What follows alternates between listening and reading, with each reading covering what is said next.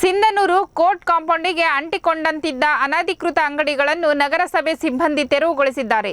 ಸದ್ಯ ಈ ಅಂಗಡಿಗಳು ರಸ್ತೆಯವರೆಗೆ ಇದ್ದ ಪರಿಣಾಮ ವಾಹನ ಸಂಚಾರಕ್ಕೆ ಅಡ್ಡಿಯಾಗುತ್ತಿತ್ತು. ಅಲ್ಲದೆ ವಾಹನಗಳ ದಟ್ಟಣೆಯಿಂದ ಶಬ್ದ ಹಾಗೂ ವಾಯು ಮಾಲಿನ್ಯ ಉಂಟಾಗುತ್ತಿದ್ದ ಹಿನ್ನೆಲೆಯಲ್ಲಿ ತೆರವು ಕಾರ್ಯಾಚರಣೆ ಕೈಗೊಳ್ಳಲಾಗಿದೆ. ಇನ್ನು ನ್ಯಾಯಾಧೀಶರು ಕೂಡ ಅನಧಿಕೃತ ಅಂಗಡಿಗಳ ತೆರವಿಗೆ ಆದೇಶ ನೀಡಿದ್ದ ಹಿನ್ನೆಲೆಯಲ್ಲಿ ನಗರಸಭೆ ಪೌರಾಯುಕ್ತ ಮಂಜುನಾಥ್ ಗುಂಡೂರು ನೇತೃತ್ವದಲ್ಲಿ ಗೂಢ ಅಂಗಡಿಗಳನ್ನು ತೆರವುಗೊಳಿಸಲಾಗಿತ್ತು.